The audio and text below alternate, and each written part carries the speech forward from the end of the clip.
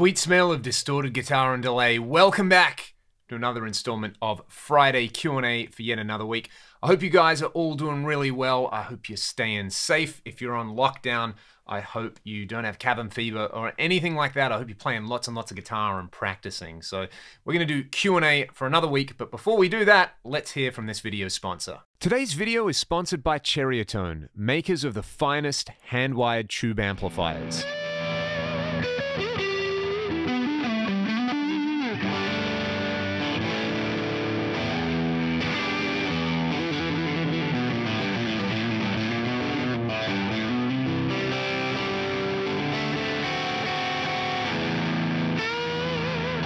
To learn more, visit cheriotone.com. A few little announcements as well before we do the questions. If you are an Instagram person, then Friday night in the US time or Saturday morning if you're in Australia, I'm going to be doing a little Instagram hang with none other than the amazing Cooper Carter. We're going to be talking about touring and gear and Fractal audio products and music in general. So that should be a lot of fun. Again, I know I've been just absolutely sounding like a broken record with this. Ragdoll have a brand new single out called Follow the Leader. I would love if you guys went and checked it out. It is available on all the major digital platforms, but if you do feel generous and you do want to pay for it, head to our Bandcamp store. And then finally, a little shout out to everybody out there who is a music teacher who is moving all their stuff over to online. Like I said last time, one of the best ways to support the artists you love if they're teaching online is sign up for some lessons. It is a great way to support them, and it's also a great way to learn new stuff on the guitar while you have some time. In particular, a shout out to my good friends and musical collaborators, Cam Barrett. If you want to learn how to play the drums, get in touch with him over on the probably the Ragdoll Facebook page or the Instagram page is the best way to reach him. And my good buddy Troy Nababan as well for audio production stuff. And we are doing our darndest to get Mr. Rafferty onto the Skype teaching so that he can teach some vocals and some bass. If you want more information about that, ask me in the comments and I can hook you up with those guys. Alrighty, we're going to answer some questions now. But first, more glorious, juicy lead guitar.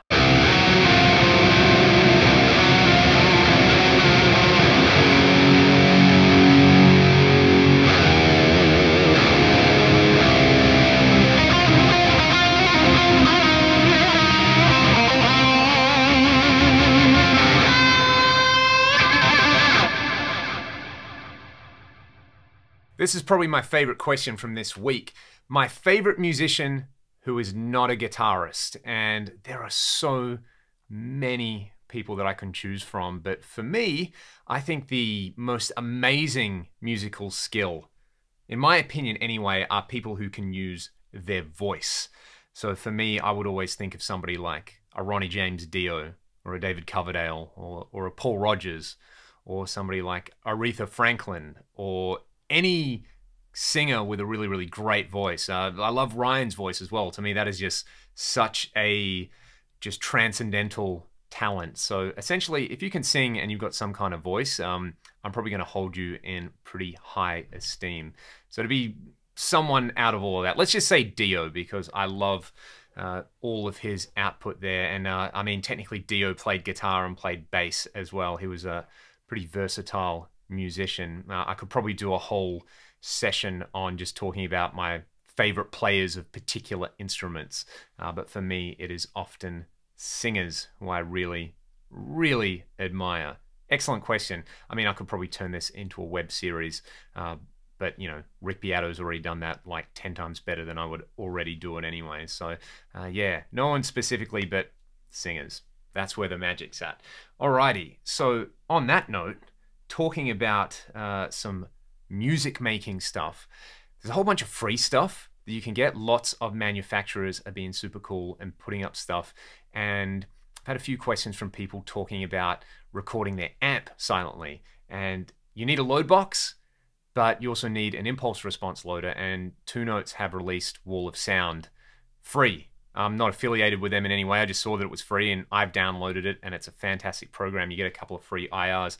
So that's really good. Another thing that I'm in the middle of downloading is Native Instruments have a like basically, you know, all these classic 80s synth sounds called Analog Dreams for Contact Player, and I'm downloading that at the moment. So if I get around to it, I will try and do a demo of both of those things. I really want to do a video about, you know, setting up and recording your amp silently or recording your amp at home. So I'll try and work in the wall of sound stuff in there.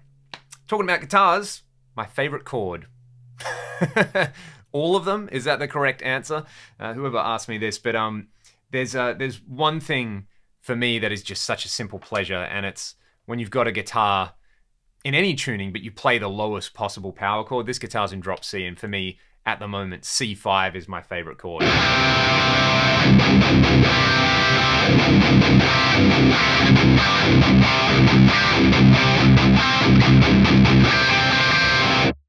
I love that. There's a couple of other chords which spring to mind. When you're in a drop tuning, playing the, you know, in a minor key, playing the flat 6 chord, in this case it would, so that's C5, it'd be like A flat, not 5, you play the sharp 4 and you play the 9. I just call it the Lydian chord, this.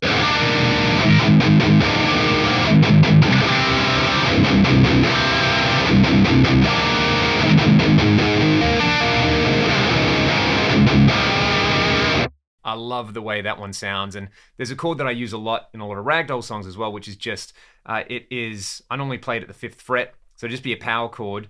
You have the open B string in there, so that kind of technically turns it, in this tuning, it turns it into an F major, but I think of it as a G major, and you add the 11 by playing the 5th fret of the G string, or the F string on this.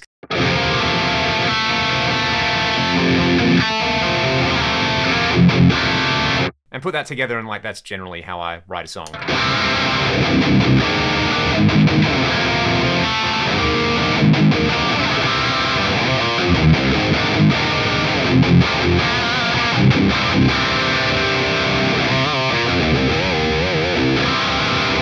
Beautiful stuff, sounds great. I'm using the FM3 at the moment. Lots of questions about the FM3 from the videos that I'm done. I'm definitely gonna do more 4-block rigs.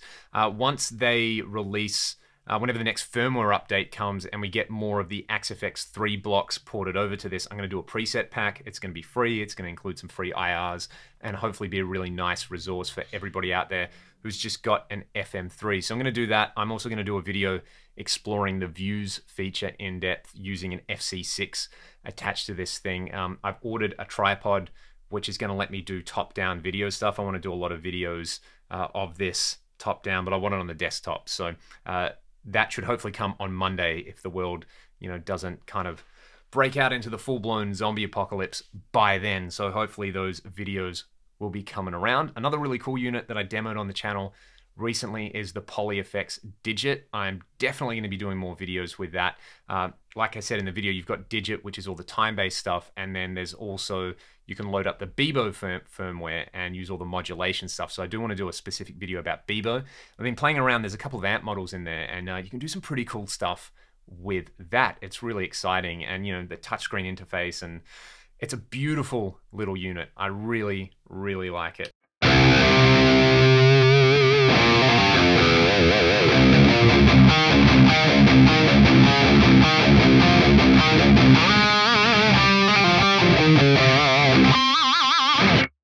Slide guitar. All right, this is gonna be interesting. I prepared this one earlier when I saw this question pop up, so I'll just prop my PRS over here. I have this really cool 70s Greco. It's kind of like a Jimmy Page burst, as I would call it. But I've got this set up in open D tuning. And then I'm going to embarrass myself and try to play a bit of slide. I go through phases with slide where I'm like, yeah, I'm really going to learn how to play slide. And I go and listen to Derek Trucks, and I go and listen to Sonny Landreth, and then I go, I can't play slide. So I just kind of hack my way around it, and it's pretty fun. It's really fun with like a full-blown, you know, Fractal Mark series thing with delay and all that kind of stuff. Yeah, this is good fun.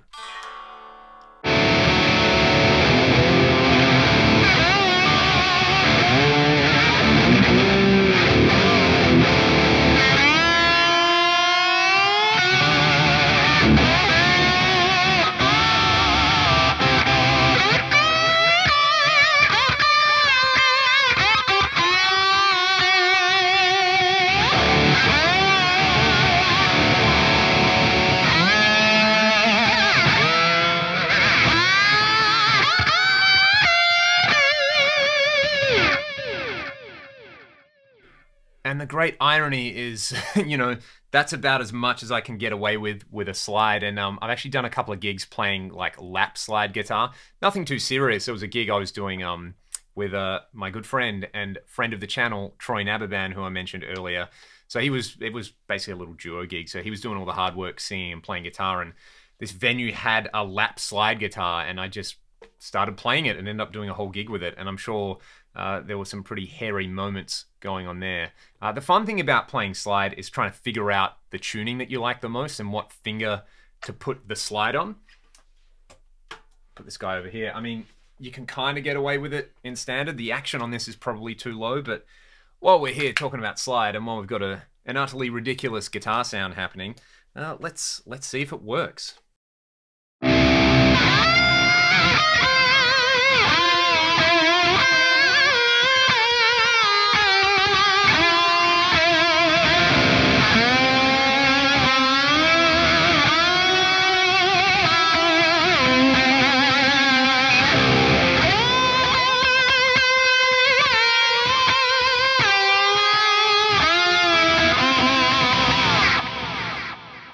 It's very cool if you want to get into microtonal stuff. It's just so hard to control.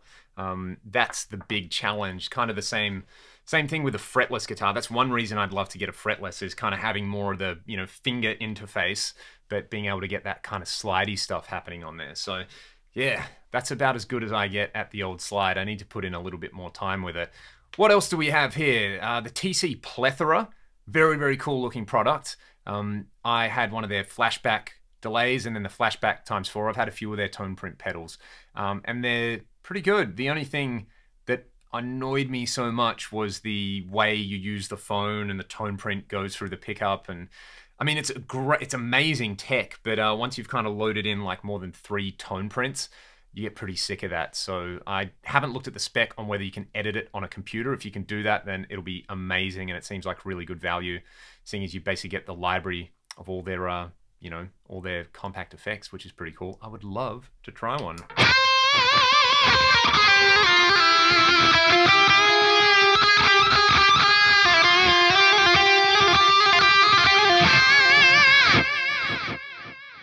This next question comes from my buddy Mark Pritchard. Mark has an excellent YouTube channel. If you're into classic guitar tones, go and check out his channel.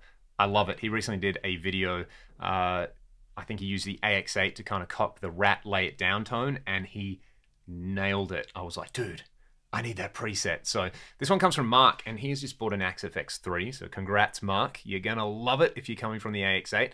And setting it up with his interface, what I would recommend is experimenting with what you want to do. The reason I use SPDIF to my Apollo from my AXFX and my FM3 is because I do this a lot. I have to talk and play, so it's a little bit easier workflow wise for me to have the mic going through the Apollo mic preamps and to have SPDIF, because it's one cable to run stereo. So that's one reason I like that. But by all means, experiment with the onboard interface if you're just doing playthrough videos and stuff like that. It's less cables to connect, and it generally works pretty good. So that would be my advice there.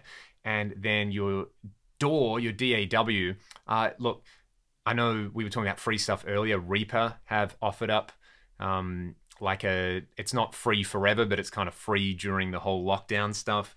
So you can get a free copy of Reaper, and I mean, that's only like $60 normally anyway. So that would probably be a pretty good one to start with if you want to upgrade from GarageBand. I know Logic, if you're coming from GarageBand, Logic's going to make a lot of sense. I use Pro Tools because, it's fine. But yeah, have a little shop around. It's probably worth upgrading your DAW as well. All right, I'm almost at the end of the questions. That's a little bit sad. I'm gonna play a little bit more. There's a really cool 10-tap delay in the Fractal stuff that is wild. Check this out.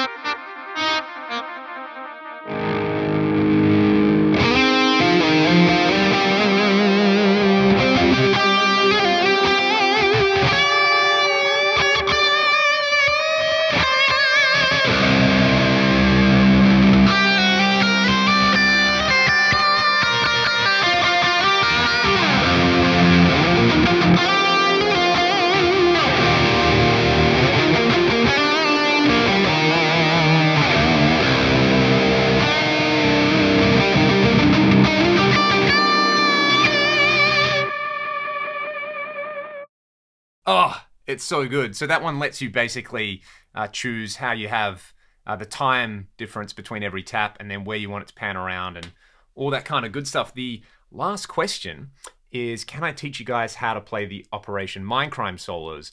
At the moment, the answer is no, because I can't play them myself, but I do want to do a 5 killer riffs for Queensryche. That song is almost definitely going to be on there, so if you guys want to hear it, I guess I'm probably going to have to learn both the solos for that, and if I do, then I'm going to have to transcribe them, and if I transcribe them, I will put them up on the screen for you guys, and if there's a demand for that kind of thing, because I love Queensryche, like Rage for Order, Mindcrime, Empire, and Promised Land. That's a really underrated album. Those albums for me are desert island discs. I absolutely love them, and so much great songwriting, so much great guitar playing happening on there. All right, I'm looking at my questions here, and I think I've been through everything. No, there is one question left. This is a cool one. If I had to build a pedal board with like 5 to 10 pedals to do everything I need, I probably wouldn't need 5 pedals to start with anyway, but I had to use like a different manufacturer for each element. What would I go with? That's kind of interesting, and it'd probably make a pretty good video. But off the top of my head, let me think. I just realized as well I'm kind of showing off that I've got mismatched socks on, which isn't the best thing to admit to the internet, but whatever, you guys are cool. So let's say we need wah, drive, EQ, delay, reverb, modulation, and some kind of weird thing. Say 7 pedals. For wah, my favorite hardware wah is the, who makes it? The Buddha Boudoir or Boudoir. So we'll go with that. For drive, I'm going to go for the Anarchy Audio Workhorse. I love that thing. And then it's kind of splitting up the different time-based effects. The Eventide H9, I'll throw on there, probably for my modulation stuff, because I love all the mod algorithms in there. For delay, now I've got to use a different manufacturer. What am I going to go with? Maybe like a Boss DD or a Timeline. What am I going to commit to? Come on, Leon. You can commit to something. I've already used up the Eventide stuff. Great question. Let's go for like a Boss DD200 because it's got knobs and I don't need crazy delay stuff. It does have a really nice dual delay mode on there. And for reverbs, the Poly Digit is hitting the spot. And then for EQ, I've used up my Boss slot on there. So what would I go with? For EQ, there's that Source Audio EQ. I haven't tried it yet, but it looks pretty cool, the kind of dual programmable EQ. Good to have some Source stuff on there. And then for like just a super weird thing, what's my favorite super weird thing? Probably an Electro Harmonix Pog. So there you go. I almost own all of those things. Wait, I think I own all of those things, except the Source Audio pedal. So if we leave EQ off that, I can build that board. If you guys want me to build that board and demo it, please let me know in the comments. As always, thank you so much for tuning in. If you have questions for next week, let me know in the comments. If you want to learn anything more about getting lessons, either from myself or my buddies who I were talking about, you can see I've gone over the 20-minute mark with this video when I forget how to speak. Anyway, this has been Friday Q&A. Thank you guys so much. Let's go with this circular delay thing that I've got in this patch, and I'll see you guys next time. Ooh, and slide. I'll embarrass myself. Later.